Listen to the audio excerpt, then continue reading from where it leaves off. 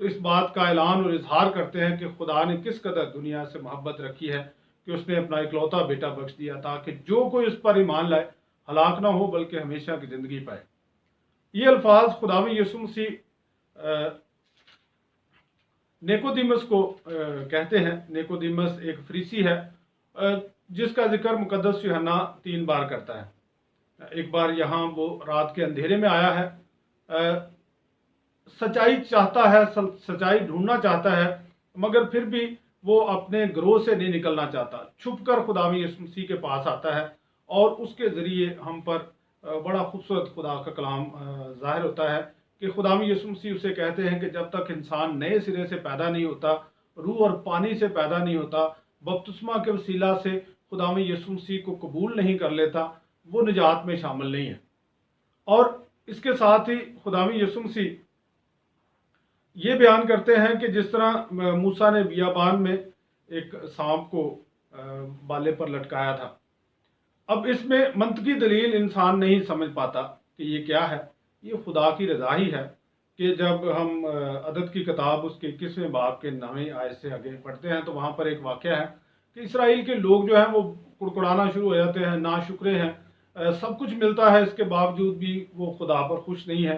تو پھر خدا ان کی جہاں وہ رہتے ہیں وہاں پر زہریلے سانپ بھیجتا ہے اور زہریلے سانپ انہیں کاٹتے ہیں اور جس کو کاٹ لیتے ہیں وہ مر جاتا ہے۔ تو جب وہ دعا کرتے ہیں، منت کرتے ہیں، اپنی عادتوں سے جو ہے وہ پلٹتے ہیں، تو پھر وہ موسیٰ کے پاس آتے ہیں اور خدا کے بندہ کو خدا کی طرف سے یہ حکم ملتا ہے کہ ایک پیتل کا سانپ بنایا جائے اور اسے ایک لکڑی پر، ایک بالے پر لٹکا کر جو ہے وہ اونچا کیا جائے، اور جو اس پر نگاہ کرے گا اسے اگر سانپ کاٹ لے تو وہ شفا پائے گا۔ اور وہ ایسا ہی ہوا کہ جس نے اس پر نگاہ کی اس نے شفا پائی۔ خداوند یسوع مسیح بھی اسے کہتے ہیں کہ ابن انسان بلند کیا جائے گا اور جو اس پر ایمان لائے گا ہلاک نہیں ہوگا۔ ایمان لانا خداوند یسوع مسیح کو قبول کرنا ہے، ایمان لانا اس کے ساتھ منسلک ہو جانا ہے، ایمان لانا اس کے ساتھ ایک ہو جانا ہے، اور وہ پھر ہم انسان کو ابدی زندگی، نہ ختم ہونے والی زندگی اور موت کے بعد کی زندگی کے لیے ہمیں جو ہے وہ پر امید کرتا ہے اور کہتا ہے کہ وہ کبھی ہلاک نہیں ہوں گے بلکہ ہمیشہ کی زندگی پائیں گے۔ اور بیٹا دنیا میں اس لیے نہیں آیا کہ دنیا پر فتویٰ دے۔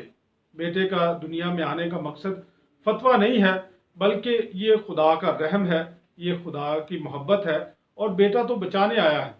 مگر اگر کوئی نہیں بچتا، اگر یہ ایسے ہی ہے جیسے اگر کوئی ڈوب رہا ہو اور اس کے پاس کوئی ریسکیو مشن آتا ہے اور وہ اس مشن میں شامل ہی نہیں ہوتا، وہ اس رسی کو نہیں پکڑتا، وہ اس کشتی میں نہیں بیٹھتا، تو وہ خود ہی ڈوب جائے گا، اس نے خود ہی ڈوبنا چناؤ کیا ہے۔ خداوند یسوع مسیح بھی کہتے ہیں کہ بیٹا فتویٰ دینے نہیں آیا، بیٹا سزا دینے نہیں آیا، بلکہ بیٹا تو خدا کا رحم ہے اور بیٹا تو بچانے آیا ہے۔ اور دوسری طرف خداوند یسوع مسیح جس نے کہا کہ میں دنیا کا نور ہوں، اور پھر وہ کہتا ہے کہ تم دنیا کا نور ہو جو ایمان لاتے ہیں، وہ کہتا ہے کہ بیٹا آیا ہے تاکہ تاریکی سے انسان کو نکالے، جو اندھیرے میں ہے اس سے نکالے۔ مگر جو تو نکلنا چاہتا ہے اندھیرے سے وہ روشنی کی طرف آئے گا، مگر جو اندھیرے سے نکلنا ہی نہیں چاہتا، جس کو اپنے کام چھپانے ہیں، وہ کبھی بھی اندھیرا نہیں چھوڑے گا۔ جس کو اپنے گناہوں کو چھپانے کی کوشش کرنی ہے، کیونکہ اندھیرا ہمیشہ ایک طرح کا ایک کور ہے، ایک پردہ ہے، ایک چھپی ہوئی جگہ ہے جہاں پر جو نہیں چاہتا کہ ظاہر ہونا نہیں چاہتا وہ چھپا رہتا ہے، مگر جو ظاہر ہونا چاہتا ہے وہ تاریکی کو پسند نہیں کرتا، وہ باہر آتا ہے اور اس کے کام اور زیادہ نمایاں ہو جاتے ہیں۔ میرے جو یہ اتوار جو کہ خوشی کا اتوار ہے، اس اتوار کا مفہوم اور مرکز خدا کا رحم ہے، خدا کی محبت ہے اور خدا کا بچانا ہے، اور اس بچانے کے لیے وہ اپنے اکلوتے بیٹے کو، اپنے پیارے بیٹے کو ہم سب کے لیے قربان کرتا ہے۔ آئیں ہم اس قربانی کی اہمیت کو جانیں اور اپنی نجات کی اہمیت کو بھی خود جانیں، کیونکہ جب تک ہم اپنے آپ کو بچانے کے لیے اسے پیش نہیں کر دیتے، جب تک اپنا آپ اسے نہیں دیتے، تب تک ہم بچ نہیں سکتے۔ خداوند ہمیں اپنے کلام کے وسیلہ سے برکت عطا کرے، آمین۔ باپ اور بیٹے اور روح القدس کے نام میں آمین۔